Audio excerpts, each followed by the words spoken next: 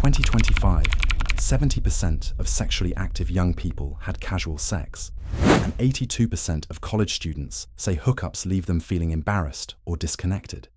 Dating apps promise infinite options, yet more choices often make us less satisfied. And somewhere between nice guys finish last and bad boys get all the girls, many men are wondering, how do you stay true to yourself and still find real love? Welcome to the modern dating market, where a swipe of your thumb can deliver a date in minutes, but often at the cost of connection. In a survey of over 1,400 college students, 82% reported negative emotions after hookups. 78% of women and 72% of men felt regret. Yet the apps keep buzzing, promising better matches if you just keep swiping. Here's the paradox. The more options you have, the less satisfied you become. Behavioral scientists call it the paradox of choice. With endless profiles, we objectify people, make impulsive decisions, and end up with superficial connections. Meanwhile, cultural myths whisper that women want aloof bad boys, and that good guys come last. But research shows the opposite. People prefer lower levels of narcissism and manipulation, and moderate generosity is seen as most attractive.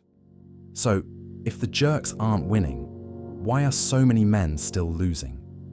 Hookup culture isn't new, nor is it all bad. People have sought casual sex since the 1920s, and for some, short-term connections can be fun or empowering. The key is clarity and consent. Know whether you want something casual or serious, and communicate it. Why does casual sex often feel empty? Because our brains crave meaning. Studies show that excessive hookups correlate with higher depression and anxiety, and unwanted sex often occurs in these contexts. When you treat sex like a transaction, you trade depth for dopamine. Apps amplify the problem. The paradox of choice explains that more options lead to more indecision and regret. On dating apps, you're flooded with options and often make snap judgments based on looks. This psychological distance pushes us to prioritize desirability over values, resulting in shallow matches. Fear of being single makes it worse.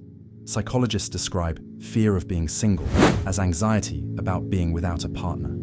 People who fear singlehood are less satisfied being single and become less selective, even choosing partners who are less responsive or attractive. They'd rather stay in an unsatisfying relationship than be alone. That's how you end up settling or chasing someone who isn't on your level. Many men are told that women only want unpredictable bad boys. But the science doesn't back this up. A 2025 study tested whether narcissism, psychopathy, and Machiavellianism, known as the dark triad, made men more attractive. Higher levels of these traits did not increase attractiveness. Lower levels were preferred for both short-term and long-term relationships. Another study found that moderate altruism, being kind but not self-sacrificing, makes men more attractive. Overly nice guys often finish last because they fail to set boundaries and ask for reciprocity. They make themselves too available, reward bad behavior, and end up undervalued. The takeaway: you don't need to become an asshole to be attractive. Confidence and clear boundaries trump cruelty. Be generous, but expect reciprocity. Be available, but not at the expense of your life. Step 1. Clarify your goals. Ask yourself whether you want casual fun, a long-term relationship, or something in between. If you want a relationship, be honest about that. Don't try to convert someone who announces they're for the streets into a committed partner. Respect their choices and move on. Step 2. Cultivate Stoic self-mastery. Practice voluntary discomfort. Take cold showers. Fast. Spend weekends offline.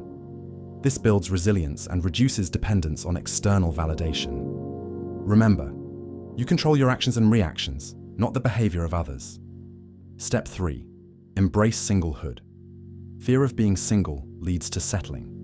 Use periods of singlehood to develop hobbies, strengthen friendships, and pursue goals. The better your life is alone, the more selective and attractive you become. Step 4. Date with intention. Limit swiping sessions to avoid choice overload. Plan real dates, coffee, hiking, a museum, where you can assess someone's character. Pay attention to how they treat others and how consistent they are. Step 5. Balance generosity with boundaries. Be kind and supportive, but don't overinvest in someone who isn't reciprocating. Encourage mutual effort, reward good behavior, and withdraw when disrespected. Step 6. Spot the red and green flags. Red flags include chronic disrespect, inconsistent communication, jealousy games, and misaligned life goals. Green flags include respect for your boundaries, mutual effort, emotional maturity, and aligned values. If she's still actively in hookup mode and you want a relationship, accept it and move on. Don't try to change her. Step 7. Choose partners who value loyalty and monogamy. If commitment and loyalty matter to you, seek partners who share these values. Those who brag about infidelity or dismiss monogamy aren't bad people, but they're likely incompatible with you. Don't shame them, just don't date them. Ready to forge your path? Take the 30-day dating and integrity challenge. Days 1 to 7. Journal daily about what you want in a partner and what you won't tolerate. List your core values around loyalty, communication, and monogamy. Days 8 to 14. Do one uncomfortable activity each day: cold shower, silent meditation, or going to a social event alone. Strengthen your self-discipline. Days 15 to 21. Go on at least 2 intentional dates. Practice honest communication. State your intentions and ask about theirs. Don't chase if your values don't align. Days 22 to 30. Evaluate your interactions. Did you set boundaries?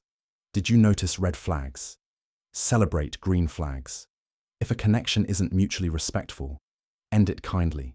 Share your journey with the #, Forge Real Love, and inspire others to uphold their integrity.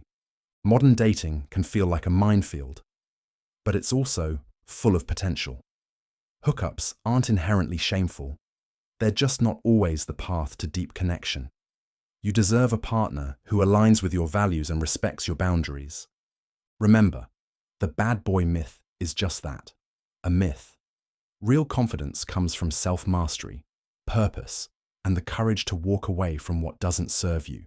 Being a good man doesn't mean being a doormat. It means balancing kindness with self-respect. In a world of infinite options and endless swipes, genuine love is still possible. It starts with forging your own character and choosing partners who meet you there. What stands in the way becomes the way. Subscribe to Metal Forge for more blueprints on becoming the strongest version of yourself, and share this video with a brother who needs to hear it.